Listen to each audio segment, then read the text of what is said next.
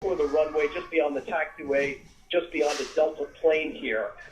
The authorities made their way into the parking garage, and after the authorities went in, and this was the SWAT team as well as some Broward Sheriff's deputies who are also stationed here at the airport, they were followed in by dogs. I'm going to guess bomb-sniffing dogs, because those are usually at the airport for potential threats. And they have remained inside that airport while I've been here.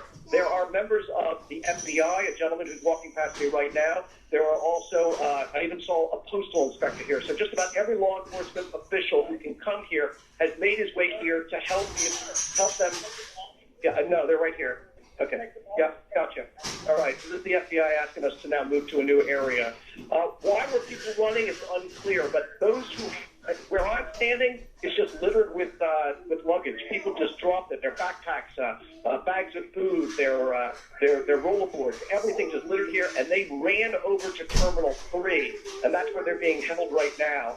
It's a little unclear, again, what set this off, but clearly there was some sort of threat or perceived threat, and that's why people took off as they did. And as I'm looking now back out at the runway, I can see that the passengers are now crossing from the taxiway across the grass into the runway. So they're now assembling on a runway. So that's very clear evidence that this airport is shut down. Nobody's going to be in that area with planes coming and going. All right, Kerry, stay close. I want to go back to you in a moment, but we're looking at another picture. This seems a bit more orderly and directed. People being sent across a railroad track, apparently to exit the airport on the other side of the runways there. You saw many with their hands up. That's not atypical in situations like that. We saw it even going back to Columbine and mass shootings. Police don't know if another shooter may be hiding in the crowd. So they want to make sure as they process them out that no one in there with a hostile intent is maybe hidden among passengers. So not uncommon to see that. But here the other shot of people coming across the taxiways and onto the runway.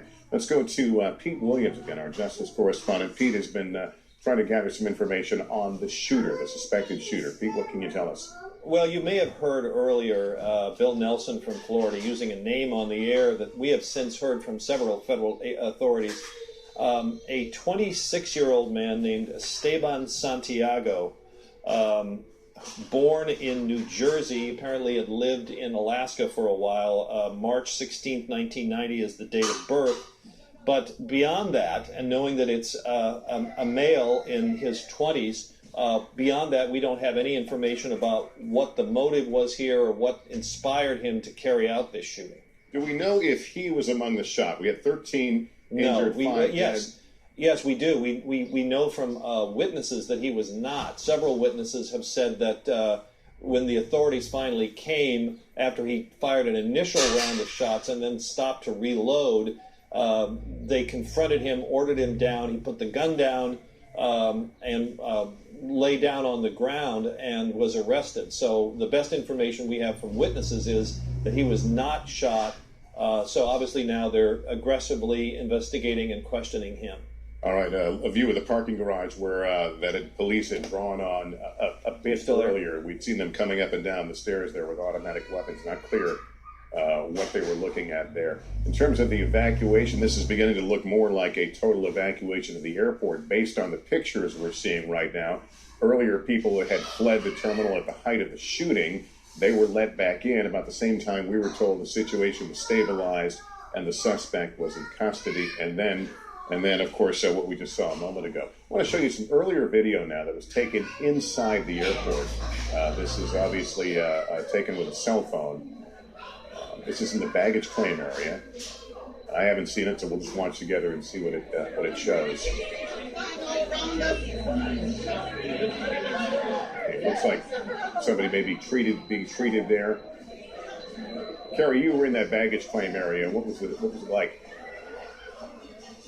Let's actually just take it down to the baggage claim area. I was upstairs on the departure level. The authorities have it closed off, so I can't really describe what's going on down there, other than saying when I peer over the side toward baggage claim, there are a lot of officers who are standing there, some with their weapons, others who are on phones clearly coordinating something. Okay, well, that video clearly, you could see people huddling around what appeared to be someone who was requiring some sort of treatment. There's the Fort Lauderdale skyline, and in the foreground, people now who seem to be being directed across the runways to an exit to the airport. We saw some folks walking along a railroad track.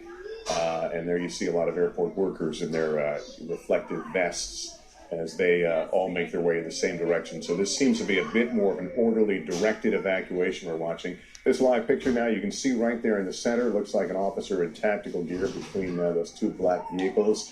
It would not certainly be out of the realm of possibility that they are searching for a vehicle associated with that suspect, Esteban Santiago.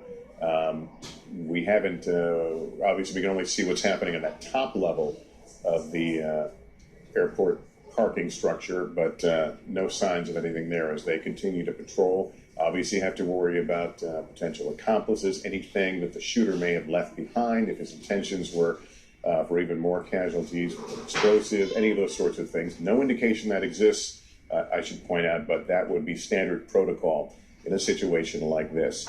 If you're just tuning into all this or just making your way in front of a TV, the latest we have is that 13 people were shot at the airport near the baggage claim area in Fort Lauderdale. 5 people have been killed. We don't have all the conditions on those that were injured, but this happening of a man apparently shooting and, according to one witness, even reloading at one point. This is more video that was taken with a cell phone. You can see the paramedics there. We believe this is at the gate. Yeah, that would be the gate leading to the air sides. The folks you see at the top there, that is the air secure side.